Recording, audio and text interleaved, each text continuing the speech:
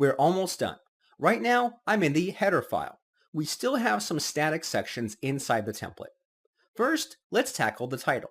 WordPress provides two solutions for adding titles to your head.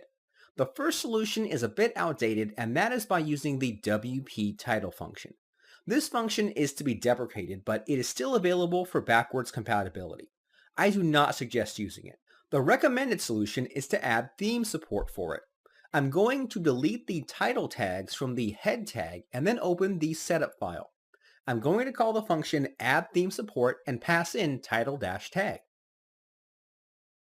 Just like that, WordPress will always generate the title tag for you. Any SEO plugins will also be able to make modifications if they wish. Next up is the logo itself.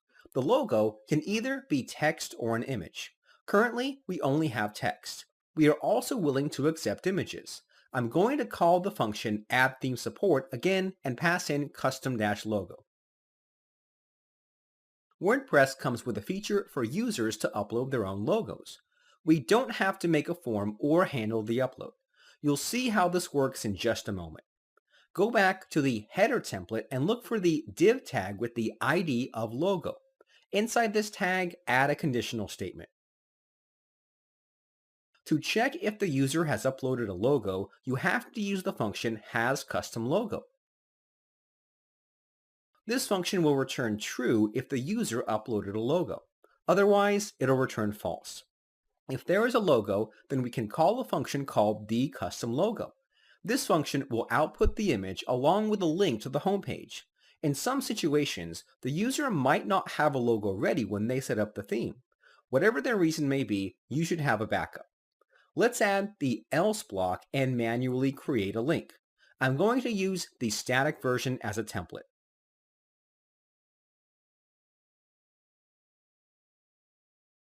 I'm going to replace the link and echo out the value returned by the function home URL. I'm going to pass in a / so we can specify that we only want the root URL. Inside the tags, I'm going to call the blog info function. This function takes in a string, which is what piece of information about the blog we want. In the resource section of this lecture, I provide a link to more info about this function. Here, you'll find a list of values you can pass in. The very first one is name, which returns the name of the site. So let's pass that in. This function will automatically output the value. If you ever want the value returned, then you just use the getBlogInfo function. Let's refresh the page and check if everything is working so far. If you look at the title, you'll notice it updates accordingly. The logo is also showing our text. To change the logo to an image, you need to click this button called Customize. This will take you to the Customizer, which is a way to edit your site while also viewing the changes in real time.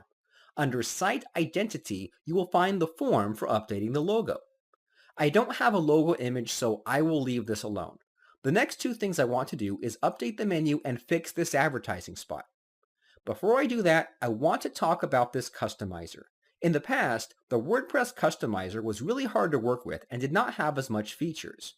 This made developers make their own settings and options page to change how the theme functions. However, in recent updates, the customizer is starting to become the main way to modify a theme. A lot of theme developers are opting to use the customizer. We will definitely be working with the customizer soon. For now, let's focus on this secondary menu on the top. We've already created a menu before, so try creating another one yourself. If you aren't able to do it, then let's try it together. I'm not going to go over every detail, so we'll fly by this quickly. First, in the setup function, use the register nav menu function. I'm going to reuse the previous code and replace these values with the word secondary like so. With the menu registered, we can now display it. I'm going to go into the admin dashboard and create a new menu and assign it to the secondary location.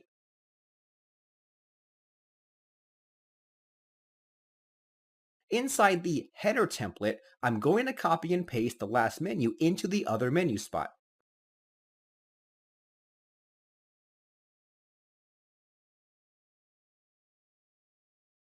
I'm going to replace these two values with the secondary menu and then set the depth to 1 since I don't want drop-downs for the secondary menu. Refresh the page and you should now see the secondary menu being displayed. So far, everything is really coming together. This ad spot has been broken for some time, so let's fix that. Previously, we used the plugin WP Subtitle to add subtitles to our posts. We will be doing something similar to this. In the resource section, I provide a link to the WP Quads plugin. This plugin handles advertisement for WordPress sites. It's a really great plugin that is updated constantly. The best part is that it's developer friendly. We can create our own custom ad spots and have it managed by this plugin. This frees us from having to handle all the logic ourselves. I want you to install and activate this plugin through the admin dashboard.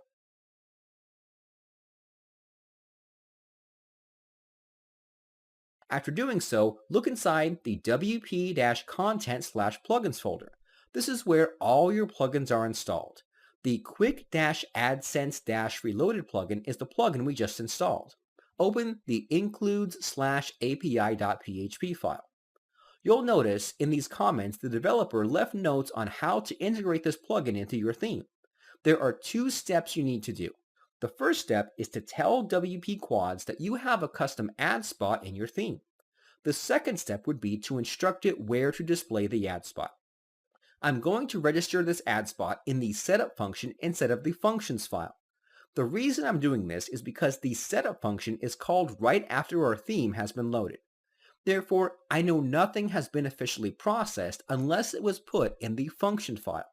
So it's technically the same thing.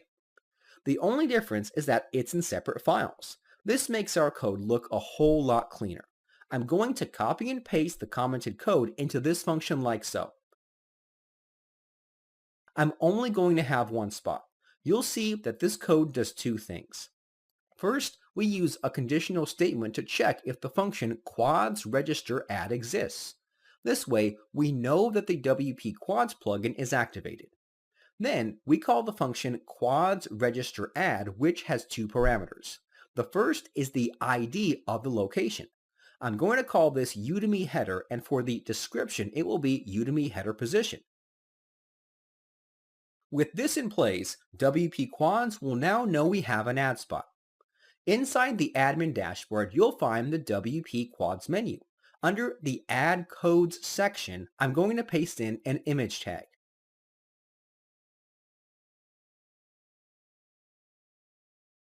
The image that I'm using is from a site called placehold.it. I'll provide a link to this image. This site allows you to modify the size of the image and create a temporary placeholder. This is really great for web development. Save the changes and then switch to the Position tab. You'll notice that our new position is showing up at the very bottom. Activate this position and assign it to the first ad we created. Make sure to save your changes. Our ad is ready, and now all we have to do is display it. Inside the header template, look for the div tag with the class top-advert. Add a conditional statement that checks for the function quads add.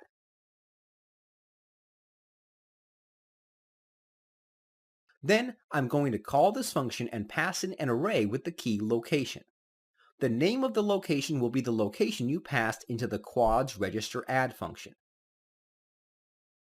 This function will return the HTML we passed in previously, so we have to echo it out. That's it. Let's check if our ad appears appropriately. Just like that, we now have ads on our site with custom locations. This plugin is amazing, and it takes care of managing ads. This is the second plugin we've used in our theme. It's extremely common for theme developers to bundle their themes with plugins. This increases the value of your theme. In a future lecture, I will go over how you can bundle plugins with your theme properly. The reason I'm not showing you now is because I don't want to have to constantly update multiple files whenever we add a plugin. I would rather knock it out all at once when our theme is nearly finished. For now, we will continue working on the header and eventually move to the footer. On the header, we have these social icons. For these icons, we will be using the WordPress customizer. This will introduce us to how the customizer works and how to extend it. I do want to give you a warning. So far, we've really just been calling functions and using WordPress's templating system to handle a lot of the logic for us. WordPress will still help us with extending the customizer, but we will be writing a lot more code and be focusing more on the code rather than the visual aspect. The customizer can seem overwhelming, but I promise you we will be using it constantly, so you will get used to it eventually. I highly recommend you take a break before moving on to the next lecture. See you there.